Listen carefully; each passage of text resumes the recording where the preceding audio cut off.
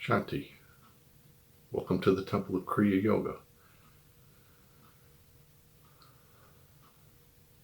May the infinite Lord of life, of love, and of laughter bless you at this moment. May each cell of your being and each petal of your mind be touched, be healed, be harmonized. May vim and vigor and vitality be yours. May love and laughter be yours. May you truly find that which you seek, and may you find that which you seek surely, swiftly, and most harmoniously. Om Shanti, Shanti, Shanti.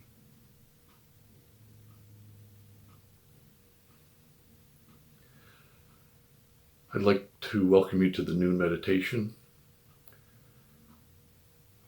I'll be talking about all happiness is earned.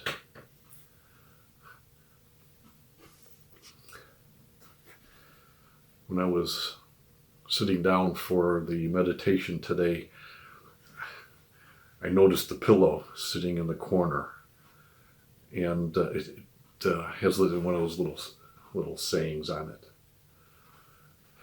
I smile because you're my sister. I laugh because there's nothing you can do about it.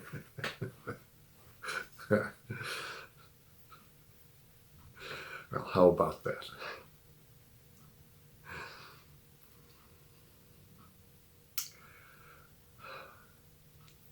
I'd like to talk to you about happiness today. And happiness is a funny thing because if someone were to ask you, what do you want from life? I think most people would answer by saying, I want to be happy. I remember Kriyananda asking that a number of times in the talks that he had given, and I've heard even other speakers ask the question, and what do you want from life? And the canned answer, the answer that you're going to get most of the time if you ask that question is, I just want to be happy. The problem with that answer is actually what the focus of the meditation is today. It has to do with this idea that kind of implied in the question is, or the answer that people think in their heads when you say, well, I just want to be happy. What they're thinking is, happiness is going to happen to me. And that's what the problem is. Happiness is not something that just happens to you. Kriyananda used to say, when if you would respond, well, I want to be happy, he would say, well, that's not specific enough. That answer doesn't really give you some mode of action or something like that. And it's true. I want to be happy, but the question is, how do you become happy? And kind of circling back to where what I said a moment ago, people have this idea that I'll just live life, and really to a great degree what they say to themselves is, I'll just have fun. And if I have fun, then I'll be happy. And the problem with that is happiness and fun are like two poles on a magnet. They're opposite each other. What produces happiness is something totally different than what produces fun, or what fun produces.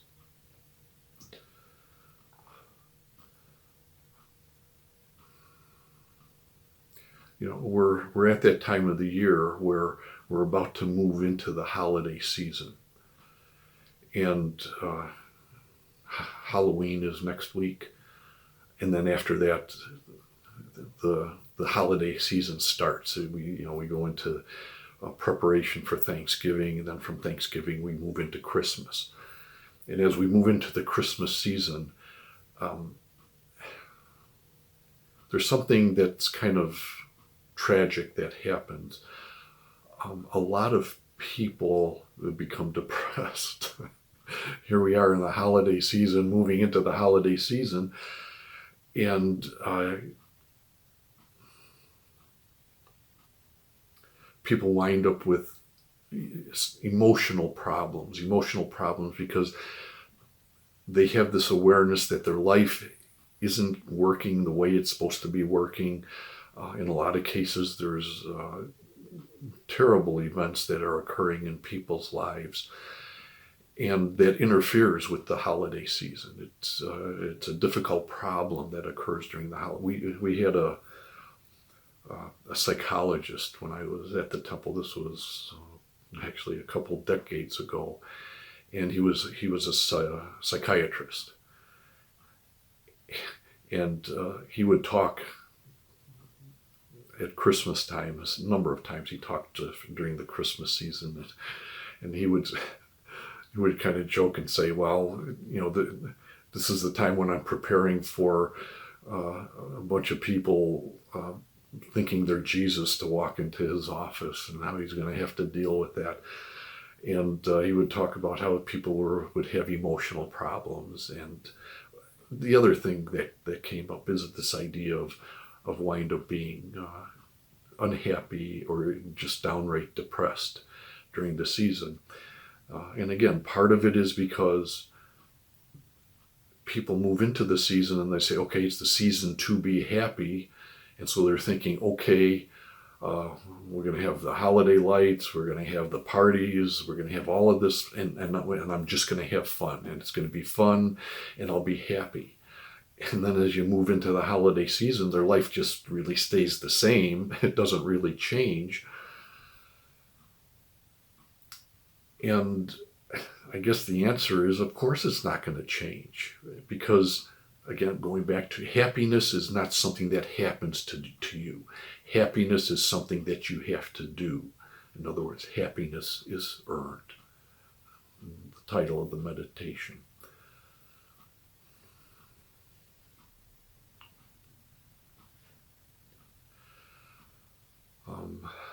And then, of course, you get into, well, why are the people unhappy? And a lot of times the reason that people are unhappy with their life, just in general, unhappiness in life is there because people have expectations. One of the expectations is, okay, I'm living my life, and I'm just going to, at some point, life is going to bring happiness to me. The love of my life is going to walk in. I'm going to go to a party and I'm going to have fun. I'm going to go to Las Vegas and I'm going to win a lot of money, and then I'll be happy, and then I'll be happy. But if they're going to do this, or if you're kind of in this position, if your mentality is thinking this way, what the real response is, or the real answer is, or the question I would have, if you say, oh, I want to be happy, what should I do? That's the question. What do you do? What is it that you can do that will produce happiness in your life? Again, I guess the quaint saying would be, happiness is made, it's not delivered. It's something that you do, it's not something that's given to you. It takes work.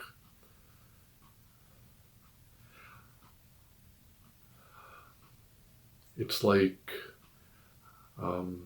somebody says, I want to be a pianist. I want to play the piano. And I want to enjoy playing the piano. Well, you can't just sit down at the piano and start playing the piano. I think that's self-evident, that's obvious. And so what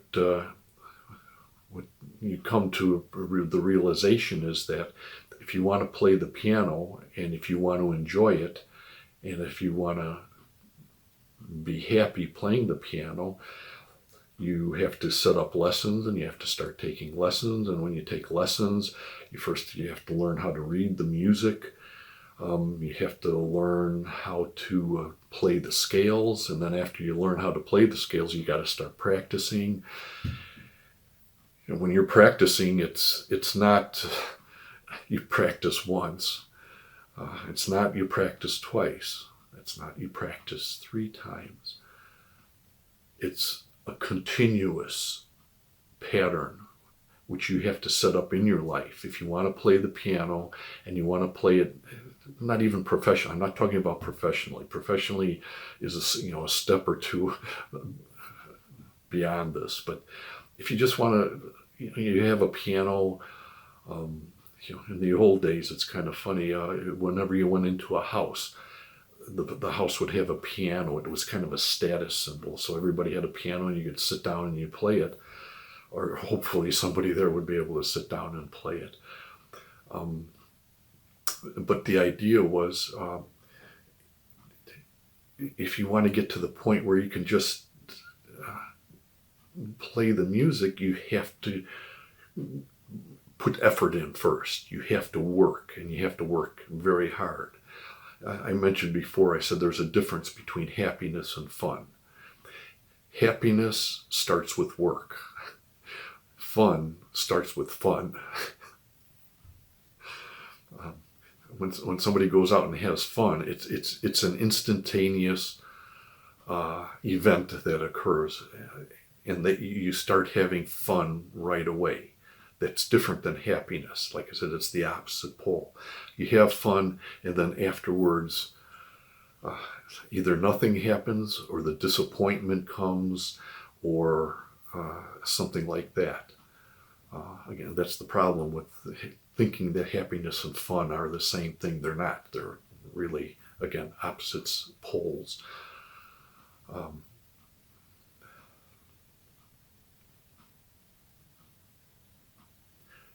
If you want to be happy, you got to work at it. You want to play the piano, you got to work at it. You want to learn a language. I think a lot of people have gone through this. I know I've gone through it myself a couple times, where I've really, really wanted to learn a language.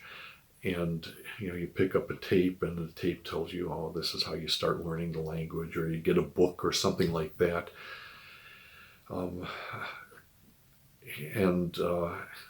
When you do that, what you find is that, of course, immediately there's trouble. You have to memorize words, and you can't remember them.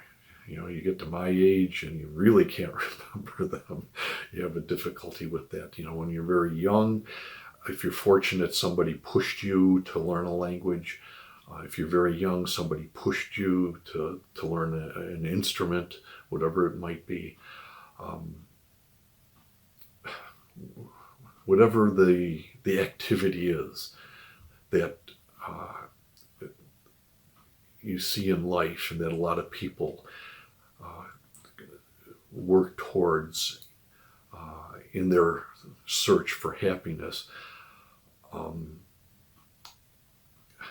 it's a nice thing if your parents got you to that. But that's what happened with me. My parents pushed me to learn the organ, which led to learning the piano. And it was tough. It was hard. Everybody else was playing and I was practicing. But then years later, and sometimes it happens to take a long period of time, but years later, I did have the skills to play the piano. And a couple of friends of mine, we got together. Someone knew how to play the guitar. I was playing the organ. Somebody played the drums. We got together, and for years after that, we played just for fun. It was what we call a garage band. Not really occasionally we would get paid, but really it was, we would have played even if we didn't get paid. Because at that point it became fun to play. And of course, people come and talk to you, so you get the social interaction which occurs. They tell you, "Oh, wow, that was really great," and so you feel good. It's always a good feeling when you've helped someone else to feel good. Uh, it kind of works that way, and so it.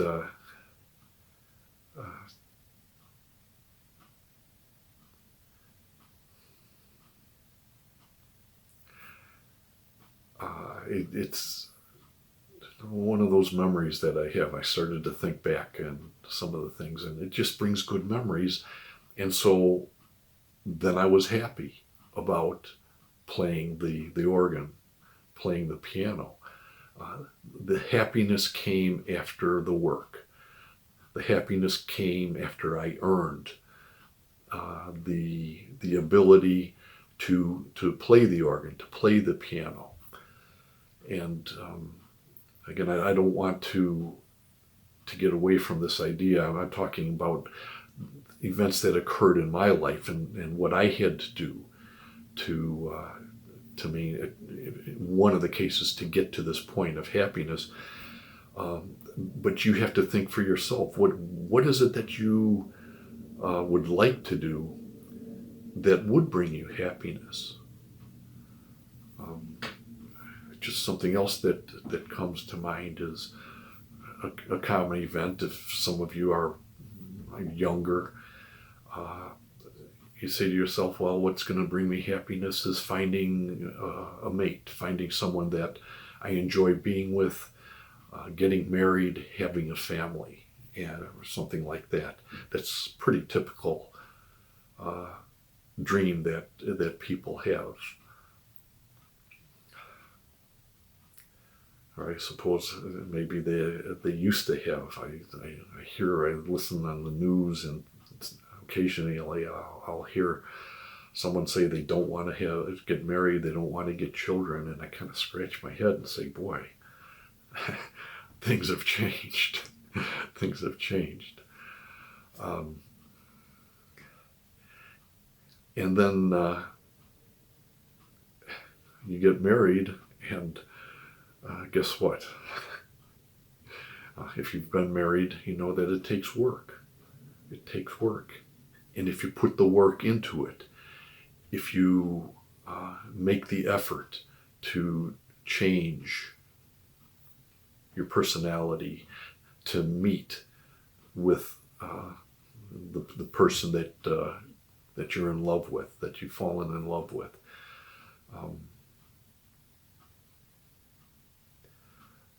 you know that it takes work. But again, you put the work into it, you put the effort into it, and it brings happiness. After a while, it brings great happiness into your life. And I don't mean to say that even at the beginning there isn't some happiness there. But I think most everybody gets to that point where it just naturally, you have two different personalities that you're dealing with. And there's times when you do have to give something more to the relationship than you really want to. If you might want to go to a symphony concert, a concert somewhere else to hear a symphony, and your spouse wants to go hear a rock and roll band, and which way do you go? You want to go out and eat, and you want Italian, and your spouse wants Mexican or something like that. And so you have this give and take. And specifically when you deal with relationships, when I was young, I remember that I always used to hear, it was very common to hear this, two people would meet each other and talk about getting married, and then they would get married and they'd have problems. And a lot of times they would talk to me and tell me about their problems, and they would say, well, marriage is a 50-50 proposition, And so I'm giving 50%, and my spouse should be giving me 50%. And mathematically, that sounds pretty good. It sounds almost reasonable. But what I've realized in life is that if all you're giving is 50%, the marriage is very unlikely to be successful. Very unlikely to be successful. And when I talk with people about marriage, what I say to them is, if you want the marriage to succeed and if you want to have a happy marriage, then you got to give 100%. You know, the eyes get bigger, and I can read their mind. What, are you crazy? I got to give 100%. Like I said, I could hear them thinking that. And my response is yes, absolutely. It's got to be 100%. It can't be 80%. You can't say, well, let's bargain. Let's bargain. I'll give 80%, and all my spouse has to do is give 20%. It won't work. It won't work. How about 90-10? It won't work. It really has to be 100% if you want to be happy in the marriage. You go into a 50-50 marriage, maybe it'll be successful mechanically, because you're saying, okay, 1 week we do this, the other week, 1 week we do what you want, the other week we do what I want. Again, mathematically it sounds wonderful, but it doesn't work that way. Our moods change, our ideas change, what we want to do changes, and so you can't plan that way. You can't say, okay, this week it's you, next week it's me. If you get two people that can have that same frame of mind, that I'm going to give 100% to the marriage, imagine that. How can that fail? It's hard to imagine. I can't think of any way. If both people in the marriage are saying to themselves, I'm going to give 100% to the marriage, how can it fail? But if but imagine one of the person says, I'm going to give 50%. Well, you know what the other 50% is? Okay, what's she going to give to me, or what's he going to give to me? And what if the person doesn't want it, which it always happens? The person doesn't want to give it. You differ on opinions. I have a different opinion. You're talking about just some philosophy, some idea. You're having a discussion, and you state something that you believe, and your spouse says, no, that's not right. It's, I have an opposite opinion.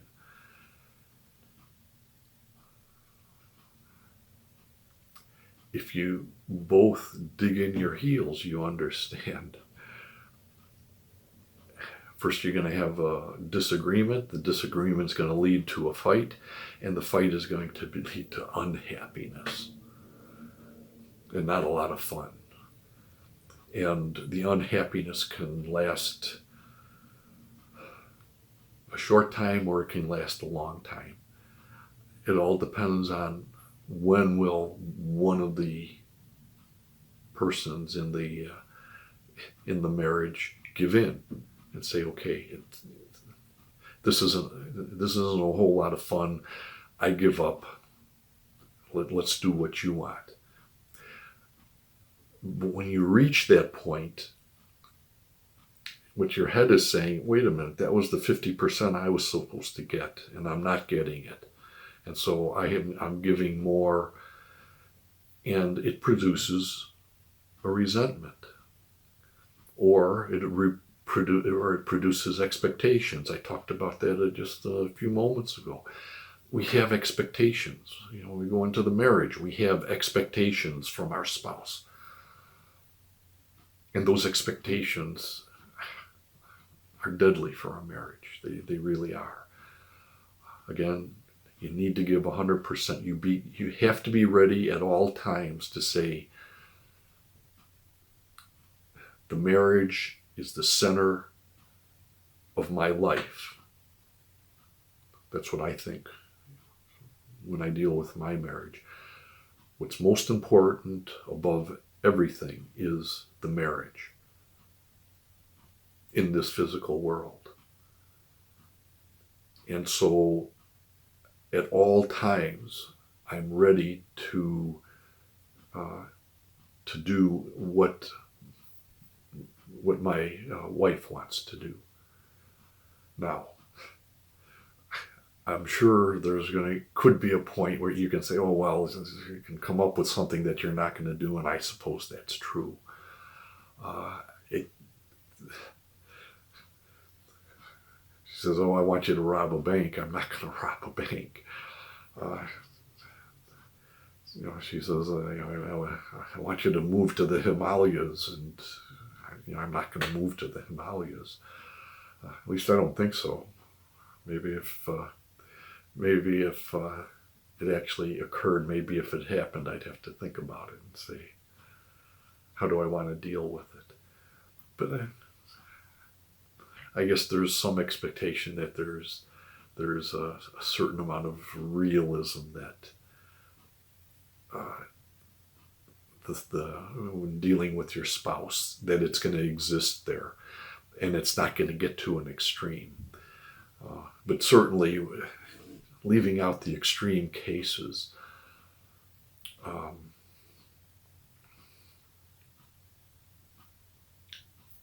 you give 100%, and if you do, after years of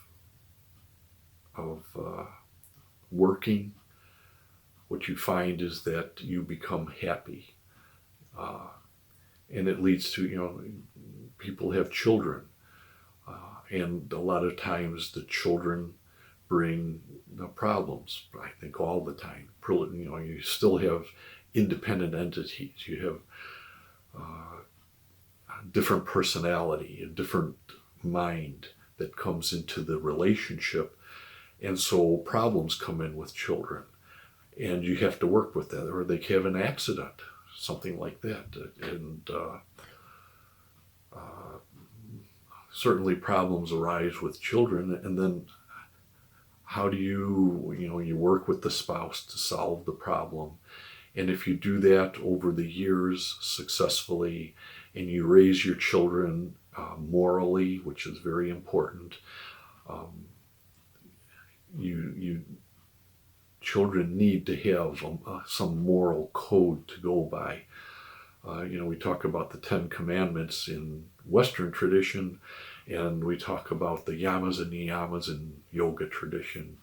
The yamas and niyamas are the things you do and the things that you shouldn't do. They're comparable to what we say the 10 Commandments in Western tradition.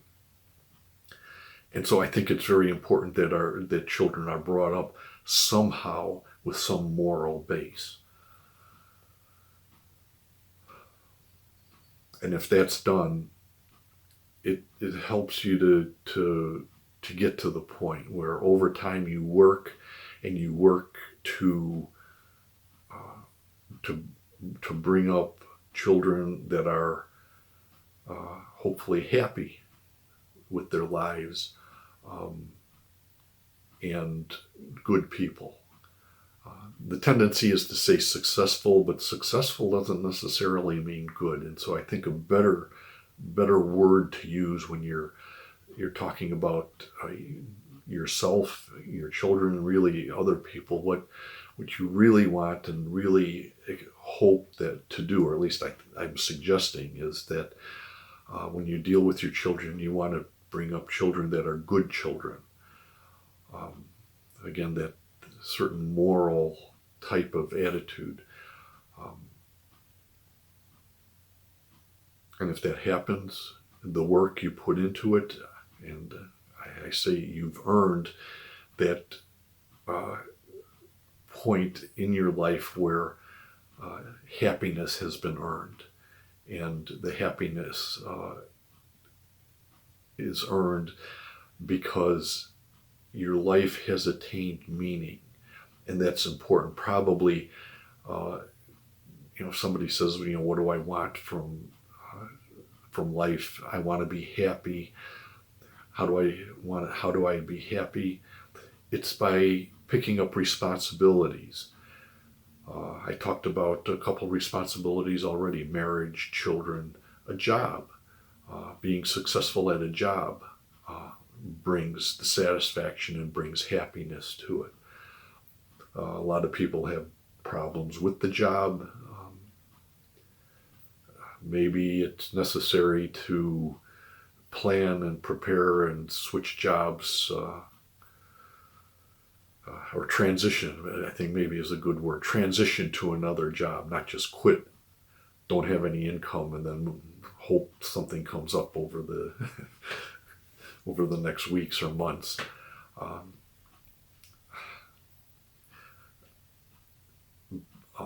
But you want to, with the job, again, this is another important point. A lot of times people are unhappy with the job simply because they have expectations, and the expectations aren't fulfilled, and so they're unhappy with the job. And they can stay in the job for decades. Again, when I was younger and you got a job, the expectation was that you were going to stay there until you retired. Now it's a little different. It's not quite the same as it used to be, but I think the concept is the same. That you look at a job and working on a job, and when you go to it, have the expectation, I'm going to stay there for until my retirement. And in doing that, you have to have an attitude, and the attitude has to be, I'm going to be happy with the job. I'm going back all the way back to the beginning of when I spoke. You have to, happiness is made. It's not delivered to you. If you go to the job and expect the job to bring you happiness in and of itself, I'm pretty certain that you're going to wind up being miserable in a short period of time. Either you're going to be unhappy because you're not making enough money, you don't get along with the boss, you don't get along with the workers, whatever the case might be. The mind can come up with dozens of reasons why I'm not happy with my job.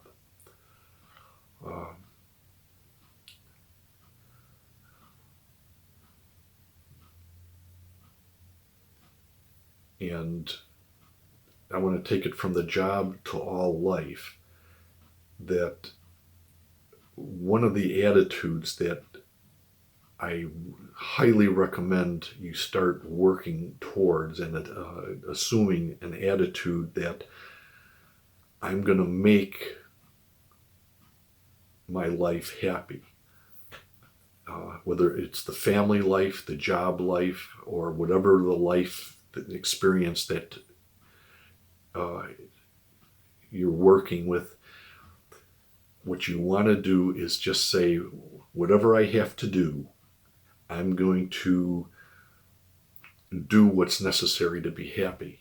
In other words, I can say to myself, I'm not making enough money. And I can even go into the boss and say, I'm not making enough money. And the boss says, well, that's the way it is. Your salary is set where it's at. If you want to make more money, you're going to either have to transfer somewhere else, or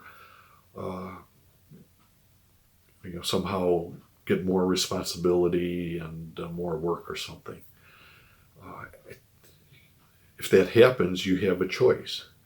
You can either become unsatisfied, and the dissatisfaction will lead to unhappiness. It will. Or you can say, okay, I accept that. And I'm not going to let the disappointment of not getting the raise make me unhappy.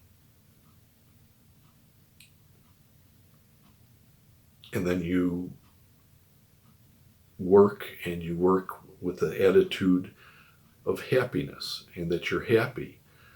And if you say, I think that I'm underpaid or not being recognized enough, or whatever the case might be, again, you have the option. You always have the option of transitioning somewhere else. I'm using the word transition because, again, you don't just quit the job.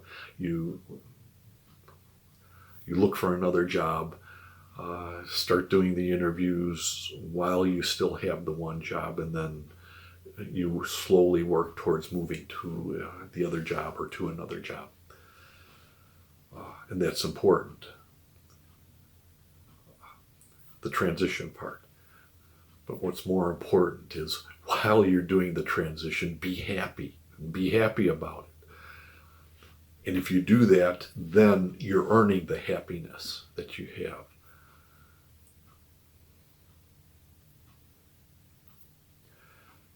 And it kind of goes back to what I said before.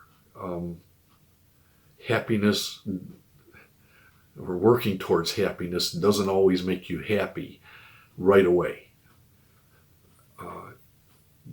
Inside, you may feel not happy. You may feel unhappy about what's happening, what's transpiring, and what's going on. So the unhappiness, it can be there, and you got to work with it. And the struggle is always to mentally and in your head keep saying, I'm just going to, make lemonade out of lemons, is what they say. No matter what happens in this life, I'm going to do whatever is necessary to be happy. And I'm getting this psychological or psychic message that's coming in that's saying that's unrealistic to always be happy in life. And it's unrealistic, and it's not unrealistic. Somebody was talking the other day. There was a political commentator on TV that used to come on here and there. His name was Charles Krauthammer, and maybe you know him, maybe you don't. But when he was young, in his 20s, he was studying to be a psychiatrist. He wanted to be a psychiatrist, and he got into Harvard. And he was extremely intelligent, had a whole bunch of potential for his life in that. And I think it was around, maybe when he was 22 or something like that. He was diving in a swimming pool, and he dove into the swimming pool and had some kind of an accident where he hit, and it twisted his neck, and he was totally paralyzed.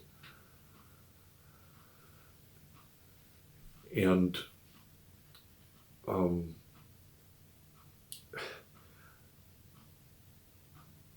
he said, I'm not going to let this stop me. I'm not going to let this destroy my life. And so what he did was, when he was in the hospital, he had them take pictures of the books, or he had it, he was on his back, and he had them, the pages of the book shining on the ceiling or a screen above him so he could read. And he did this while he was in the hospital. And when he did it, he graduated with his class while he was paralyzed. And he wound up getting married. I think he had one child. And he was happy. He said, I'm not going to let the event destroy my life. I want to be happy, and I'm going to be happy.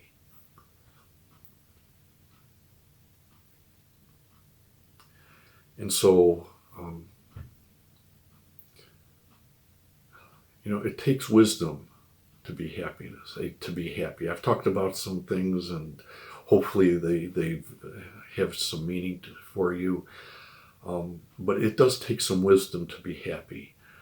And you get the wisdom by saying, I want to lead a better life. I want to be a better person. You say, by questioning, what is life about? You become wise when you do that. I want to make the world better. I want to be a good person. Those are all objectives to have that will lead to wisdom, to you learning and getting wisdom in your life and bringing wisdom into your life.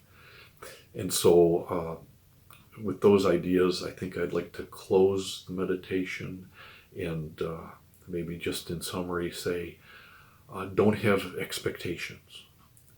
Whatever life brings to you, accept that and accept them happily, all the events. Working towards being a good person, working towards becoming wise.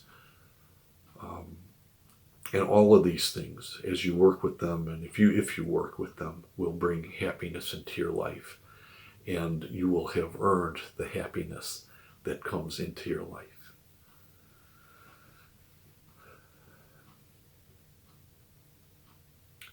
May the infinite Lord of life, of love and of laughter, bless you at this moment. May each cell of your being and each petal of your mind be touched, be healed, be harmonized. May vim, vigor, and vitality be yours. May love and laughter be yours. May you truly find that which you seek, and may you find that which you seek surely, swiftly, and most harmoniously. Om Shanti, Shanti, Shanti.